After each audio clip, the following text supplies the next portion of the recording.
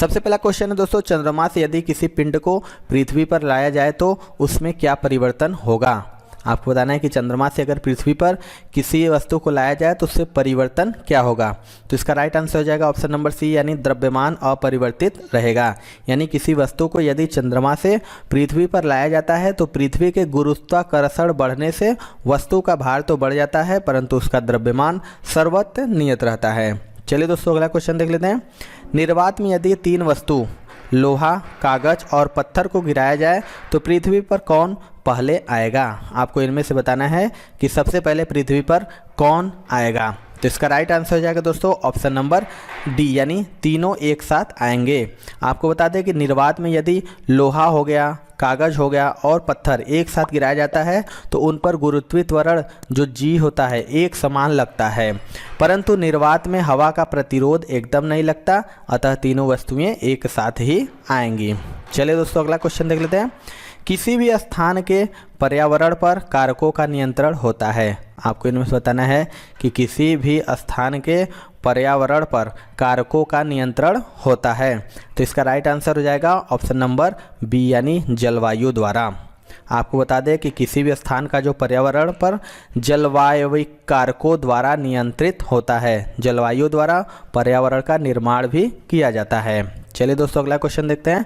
वायुमंडल की ओजोन परत हमें किससे बताती है। मोस्ट इंपॉर्टेंट क्वेश्चन है दोस्तों। आपको बताना है कि जो वायुमंडल की ओजोन परत है हमें किससे बचाती है। तो इसका राइट आंसर हो जाएगा दोस्तों ऑप्शन नंबर ए, यानी अल्ट्रावायलेट किरणों से। जो वायुमंडल की ओजोन परत तापमंडल के नीचे लगभग 20 से 30 किमी पृथ्वी तल से ऊपर पाई जाती है। यह सूर्य से आने वाली जो परावैंगनी किरण के 97 से 99% भाग को अवशोषित कर पृथ्वी तक पहुंचने से रोकती हैं।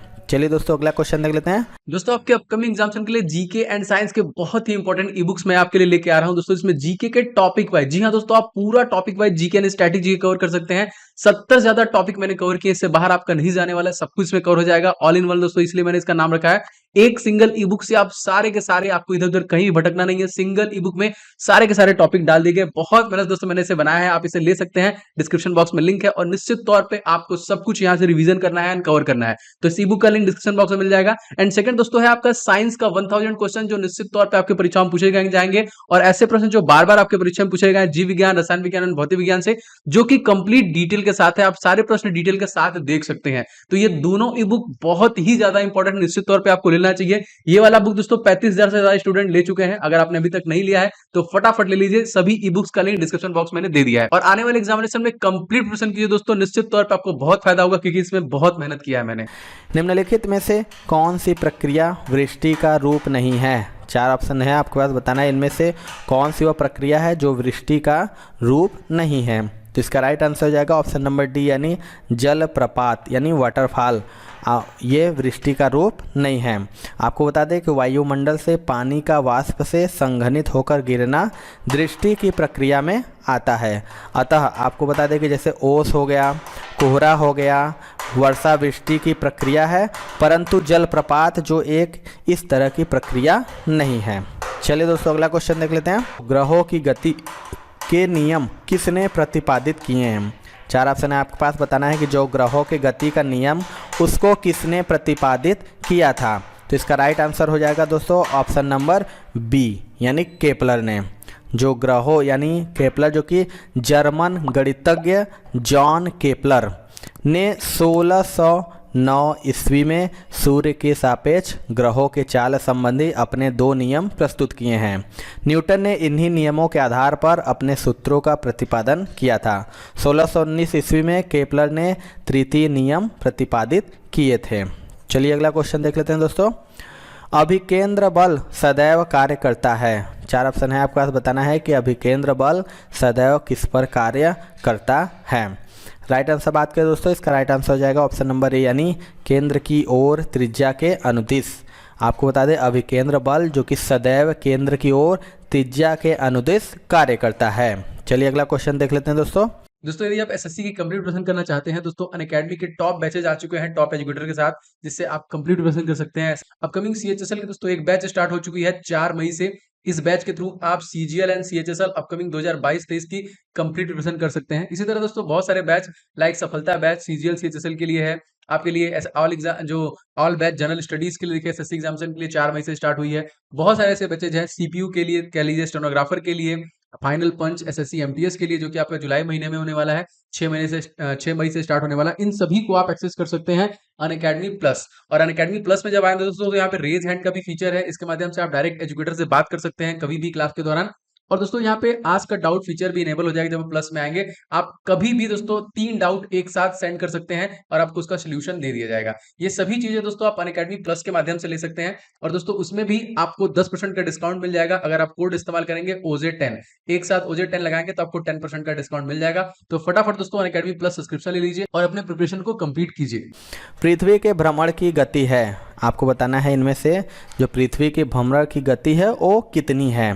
तो इसके राइट आंसर बात करें दोस्तों, इसका राइट आंसर हो जाएगा ऑप्शन नंबर ए, यानी 2.8 किमी प्रति मिनट। जो पृथ्वी के भ्रमण की जो गति है वो 2.8 किलोमीटर प्रति मिनट है। चलिए अगला क्वेश्चन देख लेते हैं दोस्तों। क्षैतिज वृत्त में नियत चाल से गतिशील वस्तु के लिए नियत है। आपको इनमें बताना है कि जो क्षैतिज वृत्त में नियत चाल से गतिशील वस्तु के लिए नियत है। तो इसका राइट आंसर हो जाएगा दोस्तों ऑप्शन नंबर डी, यानी त्वरण। क्षैतिज वृत्त में नियत चाल से गतिशील वस्तु में दिशा परिवर्तन के कारण उसके वेग में परिवर्तन होता रहता है, क्योंकि वेग एक सदिश राशि है। नियत समय में वेग में परिवर्तन नियत दर से होता है। चूँकि वेग परिवर्तन की दर नियत होती है, इसलिए नियत वृत्तीय गति में त्वरण नियत होता है। अगला क्वेश्चन देख लेते हैं दोस्तों।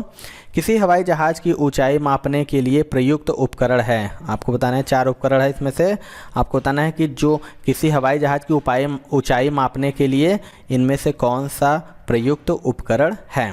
इसका राइट आंसर हो जाएगा दोस्तों ऑप्शन नंबर ए, यानी अल्टीमीटर।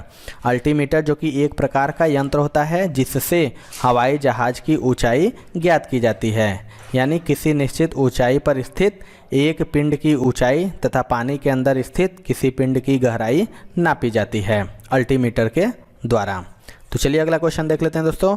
ऊर्जा संरक्षण के सिद्धांत का अर्थ क्या है। आपको बताना है कि जो ऊर्जा संरक्षण का सिद्धांत है उसका अर्थ क्या है। तो इसका राइट आंसर हो जाएगा दोस्तों ऑप्शन नंबर बी, यानी ऊर्जा संरक्षित है, न इसका सृजन होता है न ही इसका विकास होता है। इसी को ही ऊर्जा संरक्षण का सिद्धांत कहा जाता है। चलिए दोस्तों अगला क्वेश्चन देख लेते हैं।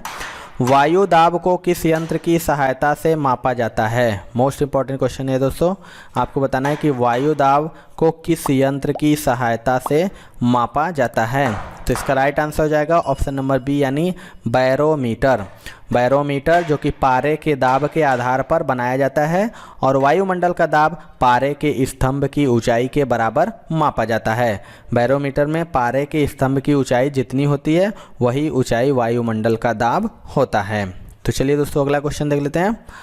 एक समान आयतन के लकड़ी तथा लोहे के गोले को एक ऊंचाई के से एक साथ गिराया जाए तो दोनों गिरेगी। आपको इनमें बताना है कि अगर एक आयतन के लकड़ी तथा लोहे के गोले को एक ऊंचाई से एक साथ गिराया जाए तो दोनों गिरेंगी। इसके राइट आंसर बात करें दोस्तों तो इसका राइट आंसर हो जाएगा ऑप्शन नंबर बी, यानी एक साथ। अगर हम लकड़ी तथा लोहे के गोलों को एक साथ गिराने पर गुरुत्वीय त्वरण का मान दोनों पर बराबर लगता है। यदि हवा का प्रतिरोध नगण्य हो तो दोनों गोले एक साथ गिरेंगे। चलिए दोस्तों अगला क्वेश्चन देख लेते हैं। किसी ऊंचाई से पृथ्वी की ओर स्वतंत्रता पूर्वक गिर रही वस्तु एक समान से गिरेगी। इनमें से आपको बताना है कि अभी मैंने आपको बताया है इसका राइट आंसर क्या होगा। तो इसका राइट आंसर हो जाएगा दोस्तों ऑप्शन नंबर बी, यानी त्वरण। ये कि मोस्ट इंपॉर्टेंट क्वेश्चन है दोस्तों, इसे मार्क कर लीजिएगा। तो आपको बता दें कि त्वरण जो कि वेग परिवर्तन की दर को कहते हैं। किसी ऊंचाई से पृथ्वी की ओर स्वतंत्रतापूर्वक गिर रही वस्तु का वेग क्रमशः बढ़ता जाता है, किंतु इस वृद्धि की दर अर्थात त्वरण समान रहती है। चलिए दोस्तों अगला क्वेश्चन देख लेते हैं। शक्ति कहलाती है। आपको इनमें बताना है कि शक्ति क्या कहलाती है। तो इसका राइट आंसर हो जाएगा दोस्तों ऑप्शन नंबर ए, यानी कार्य करने की दर। कार्य करने की दर को शक्ति या सामर्थ्य कहते हैं। अगला क्वेश्चन देख लेते हैं दोस्तों। घड़ी की कुंडलित कमानी में ऊर्जा होती है? 4 ऑप्शन है, आपको पास बताना है कि जो घड़ी की कुंडलित कमानी में कौन सी ऊर्जा होती है। राइट आंसर हो जाएगा ऑप्शन नंबर बी यानी स्थितिज ऊर्जा। घड़ी की जो कुंडलित कमानी में स्थितिज ऊर्जा होती है। जब घड़ी का पेंडुलम अपने उच्चतम बिंदु पर होता है तब उसमें अधिकतम संचयित स्थितिज ऊर्जा होती है। जैसे ही पेंडुलम उच्चतम बिंदु से निम्नतम बिंदु की ओर गति करता है उसकी यह स्थितिज ऊर्जा गतिज ऊर्जा में परिवर्तित हो जाती है। चलिए दोस्तों अगला क्वेश्चन देखते हैं। निम्नलिखित में से कौन सा किए गए कार्य का उदाहरण नहीं है? आपको इन्हें बताना है कि कौन सा किए गए कार्य का उदाहरण नहीं है। तो इसका राइट आंसर हो जाएगा दोस्तों ऑप्शन नंबर ए यानी लड़के का कमरे में दीवार को धक्का देना। आपको बता दें कि किसी वस्तु पर बल लगाने से यदि उसका विस्थापन न हो अर्थात विस्थापन शून्य हो तो कार्य नहीं होगा। इस प्रकार से लड़के द्वारा दीवार को धक्का देना विस्थापन रहित घटना है, अतः इस क्रिया में कार्य नहीं हुआ है। चलिए दोस्तों अगला क्वेश्चन देखते हैं।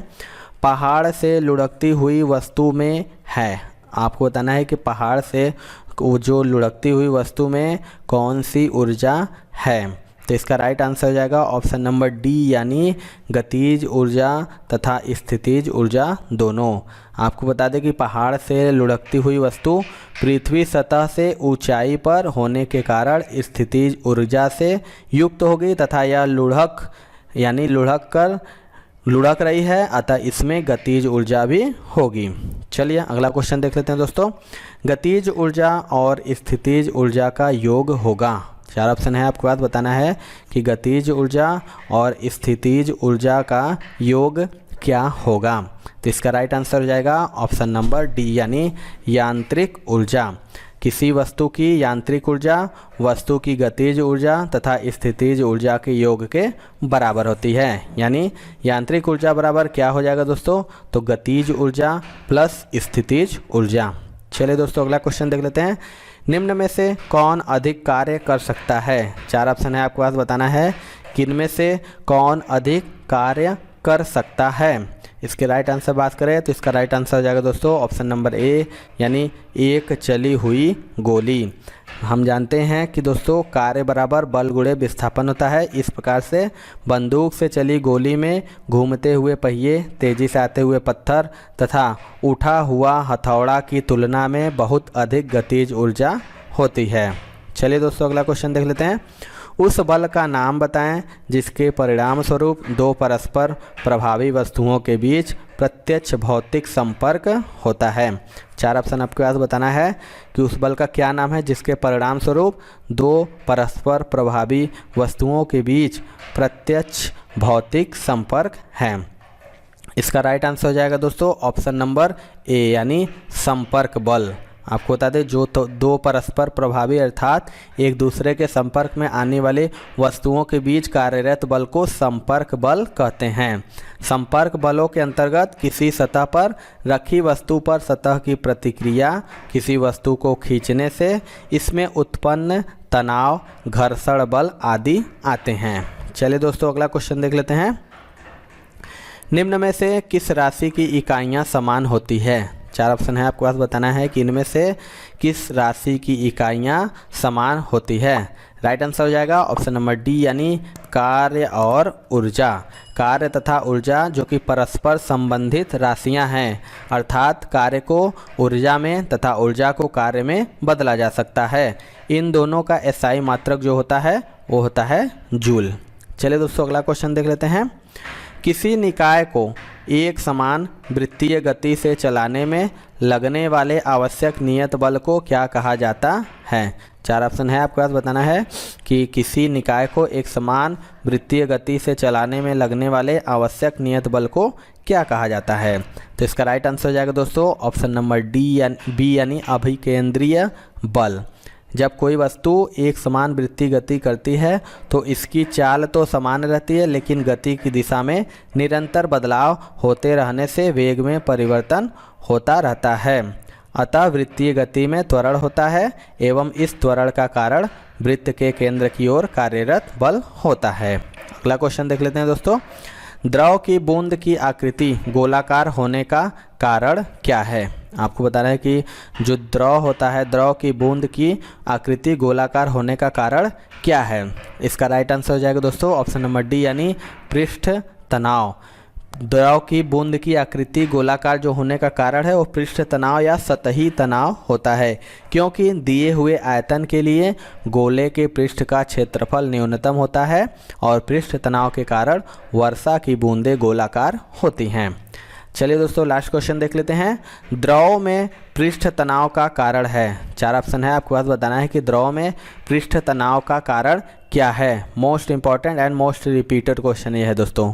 तो इसका राइट आंसर हो जाएगा दोस्तों ऑप्शन नंबर बी, यानी अणुओं के मध्य ससंजक बल। द्रव में पृष्ठ तनाव का कारण अणुओं के मध्य ससंजक बल है। ससंजक बल वह आकर्षक बल है जो एक ही प्रकार के अणुओं के बीच कार्य करता है।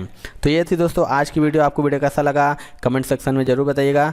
वीडियो पसंद आया होगा दोस्तों तो एक लाइक जरूर करिएगा। चैनल पे हमारे नए हैं तो चैनल को जरूर सब्सक्राइब कर लीजिएगा। तो मिलते हैं दोस्तों अपने अगले वीडियो में, तब तक के लिए जय हिंद जय भारत।